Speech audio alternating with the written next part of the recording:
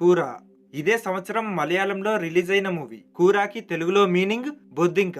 చాలా సైలెంట్ గా, అందంగా, అమాయకంగా ఉన్న ఒక అమ్మాయికి బొద్దింకలు తినే అలవాటు ఉంటుంది. ఇంత దారుణంగా తను బొద్దింకలు తినడమేంటి, తన లైఫ్ లో వార్తిక్ అనే అబ్బాయితో ఉన్న రిలేషన్షిప్, అతని వల్ల తన ఫర్దర్ లైఫ్ ఎలా చేంజ్ అయిందనేదే ఈ స్టోరీ. యాక్చువల్ గా ఈ కథ క్లైమాక్స్ సింపుల్ గా అస్సలు ఉండదు. మీరెవరూ ఎక్స్పెక్ట్ చేయని విధంగా మైండ్ బ్లోయింగ్ గా ఉంటుంది. మరిక లేట్ చేయకుండా స్టోరీలోకి వెళ్దాం.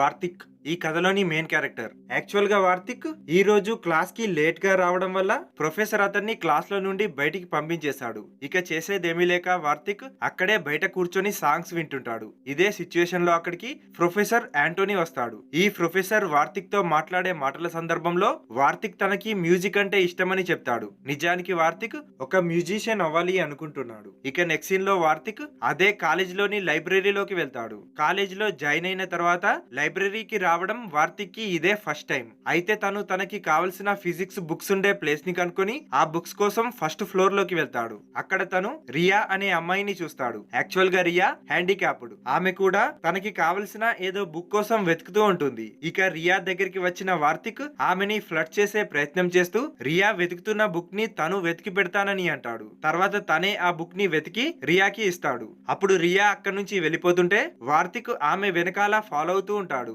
ఇదే సిచ్యువేషన్ లో వార్తిక్ ఒక నన్ బొద్దింకను తింటుండడం చూస్తాడు. అది చూసి షాక్ అయిన వార్తిక్ రియాను వదిలేసి ఆ నన్ కోసం వెళ్తుంటాడు. బట్ తను ఆమెను మిస్ చేసుకుంటాడు. కట్ చేస్తే ప్రస్తుతం వార్తిక్ తన ఆంటీ వాళ్ళ హౌస్ లో ఉంటున్నాడు. వార్తిక్ వాళ్ళ పేరెంట్స్ కి అతని గ్రాడ్యుయేషన్ వాళ్ళ విలేజ్ లోనే కంప్లీట్ చేయాలనే ఆశ ఉన్నా వార్తిక్ కి మ్యూజిక్ అంటే ఇష్టం ఉండడం వల్ల తన మ్యూజిక్ కి పేరెంట్స్ యాక్సెప్ట్ చేయట్లేదని ఇంట్లో నుంచి పారిపోయి ఇక్కడికి వచ్చాడు. కాలేజ్ లో మ్యూజిక్ అంటే ఇష్టం ఉన్న వాళ్ళతో కలిసి మ్యూజిక్ ప్రాక్టీస్ చేస్తుంటాడు. ఒకరోజు ఇలానే ప్రాక్టీస్ చేయడంలో లేట్ అవడం వల్ల తన ఫ్రెండ్స్ తనని కాలేజ్ లోనే వదిలేసి వెళ్లిపోతారు. కాసేపటికి తను కూడా ఇంటికి వెళ్దామని బయలుదేరుతుంటే అక్కడ ఎవరో ఒక అమ్మాయి ఒంటరిగా ఫుట్బాల్ ఆడుతూ కనిపిస్తుంది. తను దగ్గరగా వెళ్లి చూస్తే ఆ అమ్మాయి ఎవరో కాదు, లైబ్రరీలో బొద్దింకను తిన్న నన్. ఆమె పేరు జెన్సీ. ఇక వార్తిక్ ని చూసిన జెన్సీ అక్కడి నుంచి పరిగెత్తే ప్రయత్నం చేస్తుంది. అప్పుడు వార్తిక్ ఆమెను ఆపి లైబ్రరీలో బొద్దింకను ఎందుకు తిన్నామని అడుగుతాడు. జెన్సీ అతనికి ఏం సమాధానం చెప్పకుండా వెళ్లిపోతుంటే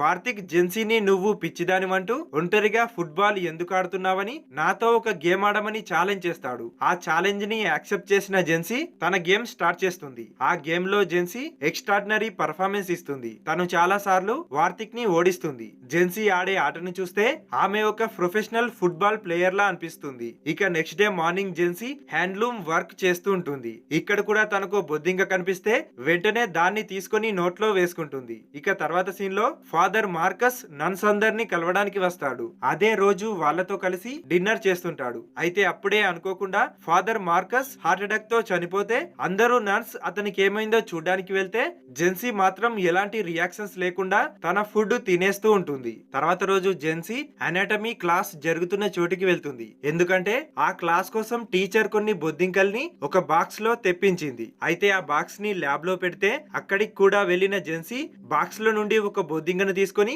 నోట్లో వేసేసుకుంటుంది. తర్వాత సీన్ లో వార్తిక్ జెన్సీ దగ్గరికి వస్తాడు. ఆమెతో మాట్లాడే ప్రయత్నం చేస్తాడు. అప్పుడు జెన్సీ నన్నెందుకిలా ఇబ్బంది పెడుతున్నావని అంటుండగానే అక్కడికి ఇద్దరు కుర్రాలు వచ్చి వాళ్ళు వార్తిక్ ని టీచ్ చేసి వెళ్లిపోతారు. దాంతో కోపం వచ్చిన వార్తిక్ వాళ్ళను కొట్టి మళ్ళీ జెన్సీ దగ్గరికి వచ్చి ఆమెకు ఐ లవ్ యూ చెప్పి అక్కడి నుంచి పారిపోతాడు. తర్వాత వార్తిక్ ఆంటీ నువ్విలా గొడవలు పెట్టుకుంటే ఇక్కడి నుంచి పంపించేస్తానని వార్నింగ్ ఇస్తుంది. ఇక కొద్ది రోజులు బ్రేక్ ఇచ్చిన వార్తిక్ మళ్ళీ ఒక రోజు జెన్సీ హాస్టల్ గార్డెన్ ఏరియాలోకి వస్తాడు. అక్కడ తను ఆమె ఫొటోస్ తీస్తుంటాడు. వార్తిక్ తన ఫొటోస్ ని తీస్తుండడం చూసిన జెన్సీ వెంటనే అతని దగ్గరికి వచ్చి ఆ ఫొటోస్ ని డిలీట్ చేయమని అంటుంది. బట్ వార్తిక్ డిలీట్ చేయనని అంటే జెన్సీ కోపంతో అతని కెమెరాను లాక్కుంటుంది. నీకు దమ్ముంటే నా హాస్టల్లోకి వచ్చి తీసుకోమని ఛాలెంజ్ చేస్తుంది. మరి నా ప్రేమ విషయం ఏం చేశావని వార్తిక్ అడిగితే నువ్వంటే నాకు ఇష్టం లేదని చెప్పిన జెన్సీ ఇలా ఇబ్బంది పెడుతుంటే కాలేజ్ లో కంప్లైంట్ ఇస్తానని వార్నింగ్ ఇచ్చి అక్కడి నుంచి తన హాస్టల్ కి వెళ్లిపోతుంది.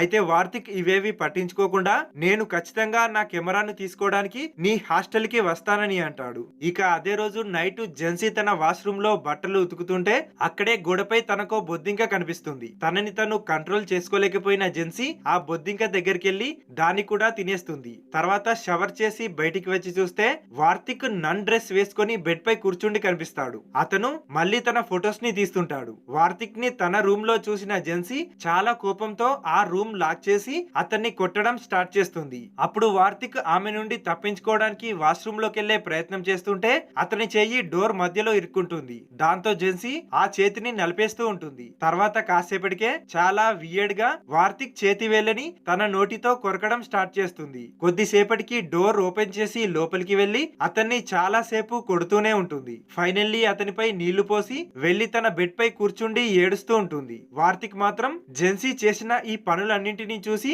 నవ్వడం స్టార్ట్ చేస్తాడు. తర్వాత తను జెన్సీ దగ్గరికి వెళ్లి నీ స్టోరీ ఏంటని, అసలు ఈ బొద్దింకలను ఎందుకు తింటున్నావని అడుగుతాడు. కట్ చేస్తే జెన్సీ ఫ్లాష్ బ్యాక్. స్కూల్లో ఉన్న జెన్సీ ఫుట్బాల్ ఛాంపియన్. తన ఫ్యామిలీలో తన ఫాదర్ అండ్ ఒక బ్రదర్ ఉన్నాడు. జెన్సీ తన ఫ్యామిలీతో హ్యాపీ లైఫ్ లీడ్ చేస్తూ ఉంటుంది. ఇదే సిచ్యువేషన్ లో జెన్సీ చదువుతున్న స్కూల్ కి ఒక న్యూ టీచర్ రాబర్ట్ వస్తాడు. ఈ రాబర్ట్ ఇదే స్కూల్ ప్రిన్సిపల్ కొడుకు. ఇక రాబర్ట్ జెన్సీతోనే చాలా టైం స్పెండ్ చేస్తూ ఉంటాడు. తను జెన్సీకి చాలా విషయాలను నేర్పుతూ ఉంటాడు. అయితే ఒక రోజు జెన్సీ ఫాదర్ కి హెల్త్ బాగా లేకపోవడం వల్ల తన బ్రదర్ అతన్ని చూసుకోవడానికి ఇంట్లోనే ఉండిపోతాడు. అప్పుడు జెన్సీ ఒకటి మాత్రమే స్కూల్ కి వెళ్తుంది. ఆల్రెడీ తను స్కూల్ కి రావడం లేట్ అవడంతో ప్రేయర్ కి తను అటెండ్ అవ్వలేకపోతుంది. సో డైరెక్ట్ గా క్లాస్ లోకి వెళ్తుంటే అప్పుడే జెన్సీని రాబర్ట్ చూస్తాడు. రాబర్ట్ జెన్సీని పిలిచి తన పాత బ్యాచ్ కి సంబంధించిన ఒక ఫైల్ ని వెతుకుతున్నానని, దానికి జెన్సీ సహాయాన్ని కూడా అడుగుతాడు. జెన్సీ దానికి సరే అని ఆ ఫైల్ కోసం వెతుకుతూ ఉంటే చాలా రోజులుగా ఇదే సిచ్యువేషన్ కోసం వెయిట్ చేస్తున్న రాబర్ట్ ఒంటరిగా ఉన్న జెన్సీతో చాలా వల్గర్ గా బిహేవ్ చేస్తాడు. ఆమెను సెడ్యూస్ చేస్తూ ఎక్కడెక్కడో టచ్ చేస్తూ ఉంటాడు. ఇక్కడే జెన్సీ ఆని ఉన్న గ్లాస్ కి అవతల వైపు ఒక బొద్దింక వస్తుంది. దీని తర్వాత జెన్సీ ఏడుస్తూ క్లాస్ రూమ్ లోకి వెళ్తుంది. అక్కడ తన ఫ్రెండ్ ఏమైందని అడిగితే తనకు జరిగిందంతా ఆమెతో చెప్పేస్తుంది. ఈ విషయం ఒక్కొక్కరిగా క్లాస్ లో అందరికీ తెలిసి వాళ్ళంతా రాబర్ట్ క్లాస్ చెప్తున్న టైంలో అతనిపై వాళ్ళ షూస్ ని విసిరేస్తారు. ఇక ఈ ఇన్సిడెంట్ ప్రిన్సిపల్ ఆఫీస్ వరకు వెళ్తుంది. రాబర్ట్ ప్రిన్సిపల్ కొడుకే కాబట్టి ఒకవేళ ఈ విషయం గనుక బయటికి వెళ్తే అది కాలేజ్ పరువుకే ప్రమాదమని మొత్తం బ్లేమ్ ని జెన్సీ పైనే వేయాలని డిసైడ్ అవుతారు. జెన్సీ ఫాదర్ ని పిలిచి తప్పంతా ఆమెదే అని అతనితో చెప్తారు. దాంతో జెన్సీ ఫాదర్ జెన్సీని నన్స్ హాస్టల్లో చేరుస్తాడు. జెన్సీ తన ఫాదర్ తో తను ఇన్నోసెంట్ అని ఎంత చెప్పినా అతను ఆమె మాటలు అస్సలు పట్టించుకోడు. ఫైనల్లీ జెన్సీ లైఫ్ ఒక నన్ లా మారిపోతుంది. ఈ లైఫ్ తనకి ఒక జైల్లా అనిపిస్తుంది. ఎప్పటికైనా ఇక్కడ నుంచి రిలీజ్ అవ్వాలని ఆలోచిస్తూ ఉంటుంది. ఇక ఇదంతా జెన్సీ వార్తికి చెప్పి తనకి బొద్దింక కనిపించిన ప్రతిసారి ఆ బొద్దింకలో రాబర్ట్ కనిపిస్తాడని, అందుకే దాన్ని తిని అతనిపై రివెంజ్ తీర్చుకున్నట్లు ఫీల్ అవుతానని చెప్తుంది. ఇదంతా విన్న వార్తిక్ సైలెంట్ గా అక్కడి నుంచి వెళ్లిపోతూ ఉంటాడు. అప్పుడే జెన్సీ నువ్వు నన్ను ఇక్కడ నుంచి తీసుకెళ్తావా అని వార్తిక్ ని అడుగుతుంది. దానికి వార్తిక్ ఏం సమాధానం చెప్పకుండా వెళ్లిపోతాడు. కానీ నెక్స్ట్ డే ఎలాగైనా జెన్సీని ఇక్కడ నుంచి దూరంగా తీసుకెళ్లాలని డిసైడ్ అవుతాడు. జెన్సీని రాత్రి చీకటయ్యాక బయటికి రమ్మని చెప్తాడు. నైట్ అయ్యాక వార్తిక్ జెన్సీ హాస్టల్ ముందు వెయిట్ చేస్తూ ఉంటాడు. జెన్సీ సిచ్యువేషన్ చూసుకుని హాస్టల్ గోడ దూకి బయటికి వచ్చాక వాళ్ళిద్దరూ ఒక బైక్ లో అక్కడి నుంచి బయలుదేరుతారు. తర్వాత షాపింగ్ చేసి వార్తిక్ జెన్సీని తన నేటివ్ ప్లేస్ కి తీసుకెళ్తాడు. ఆల్రెడీ అక్కడ ఒక గుళ్ళో తన పేరెంట్స్ వచ్చి ఉండడంతో తన పేరెంట్స్ ని కలిసిన వార్తిక్ కొంచెం డబ్బు కావాలని అడుగుతాడు. తర్వాత జెన్సీని తీసుకొని అక్కడి నుంచి వెళ్లిపోతాడు. ఇక దారిలో పెట్రోల్ అయిపోవడంతో వాళ్ళిద్దరూ నడుచుకుంటూ మాట్లాడుకుంటూ వెళ్తుంటారు. ఇదే సిచ్యువేషన్ లో వర్షం పడితే ఈ ఇద్దరు అక్కడే దగ్గరలో ఉన్న ఒక కార్ లోకి వెళ్లి కూర్చుంటారు. అప్పుడే ఒకరినొకరు కిస్ చేసుకుంటారు. మరోవైపు వార్తిక్ జెన్సీలా మిస్సింగ్ కి సంబంధించి కాలేజ్ మేనేజ్మెంట్ కంప్లైంట్ ఇవ్వడంతో ఇన్స్పెక్టర్ భరత్ అక్కడికి వస్తాడు. ఇక కాలేజ్ కరస్పాండెంట్ వాళ్ళిద్దరికి సంబంధించిన డీటెయిల్స్ ని చెప్తుంటాడు. నెక్స్ట్ సీన్ లో ఇన్స్పెక్టర్ భరత్ జెన్సీ ఫ్రెండ్ ని కలుస్తాడు.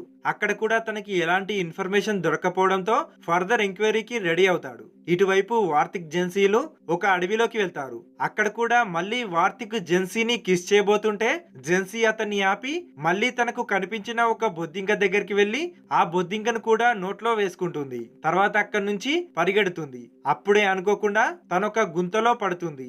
అది చూసి నవ్వడం స్టార్ట్ చేసిన వార్తిక్ ఆమెకి శాండ్ థెరపీ ఇస్తుంటాడు. మరోవైపు ఇన్స్పెక్టర్ భరత్ హాస్టల్లోని సీనియర్ నన్ మెంటల్లీ ఇన్బ్యాలెన్స్డ్ గా ఉన్న ఒక లేడీని కలుస్తాడు. ఇక్కడే ఇన్స్పెక్టర్ భరత్ కి జెన్సీకి సంబంధించిన ఇంట్రెస్టింగ్ విషయాలు తెలుస్తాయి. యాక్చువల్ గా జెన్సీకి 4 సంవత్సరాల వయసులో ఫాదర్ మార్కస్ ఆమెని ఇక్కడికి తీసుకొచ్చాడు.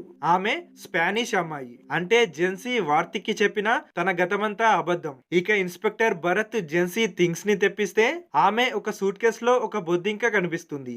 ఆ బొద్దింక సూట్ కేస్ లో నుండి బయటికి వచ్చి నేరుగా ఒక ఫోటో పైకెళ్లి ఆ ఫోటోలో ఉన్న జెన్సీ ఫేస్ పై ఆగిపోతుంది. ఇది ఇన్స్పెక్టర్ భరత్ కి కొంచెం వియర్డ్ గా అనిపిస్తుంది. ఇటువైపు ఈసారి వార్తిక్ గుంతలోకి వెళ్తాడు. జెన్సీ అతన్ని కంప్లీట్ గా మట్టితో కప్పేసి అతని ముందే డాన్స్ చేస్తూ ఉంటుంది. ఇదే సిచ్యుయేషన్ లో ఆమె డాన్స్ చేస్తున్నప్పుడు అనుకోకుండా ఒక రాయి తన కాలికి తగిలి ఆ రాయి వార్తిక్ నుదిటిపై తగులుతుంది. దాంతో వార్తిక్ తలకి బ్లడ్ వస్తూ ఉంటుంది. అప్పుడు జెన్సీ చాలా కంగారు పడుతూ వార్తిక్ కి చాలా సార్లు సారీ చెప్తూనే ఉంటుంది. ఇక్కడే క్లైమాక్స్ ట్విస్ట్ రివీల్ అవుతుంది. యాక్చువల్ గా జెన్సీ ఒక సైకో.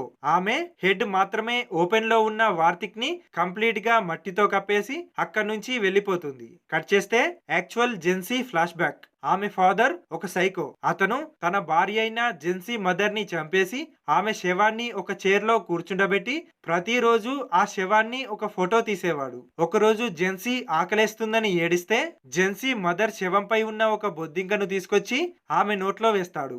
ఈ విషయం తెలిసిన ఫాదర్ మార్కస్ జెన్సీని తనతో పాటు ఉంచుకుంటూ ఫైనల్ గా ఇండియాకు తీసుకొచ్చి ఈ హాస్టల్లో వదిలేశాడు. ఇక ఫైనల్ సీన్ లో కొన్ని రోజుల తర్వాత జెన్సీ వీడియోలా కనిపిస్తుంది. అక్కడే ఒక ఫోటోగ్రాఫర్ జెన్సీని ఫోటో తీసి ఆమె దగ్గరికి వెళ్లి నీ పేరేంటని అడుగుతాడు. ఆల్రెడీ జెన్సీ నోట్లో ఒక బొద్దింక ఉంటుంది. దాన్ని చూసి చూయింగం అనుకున్న ఆ ఫోటోగ్రాఫర్ తన దగ్గరున్న చూయింగం ని ఆఫర్ చేస్తాడు. అప్పుడు జెన్సీ వెనక్కి తిరిగి చూస్తుంది.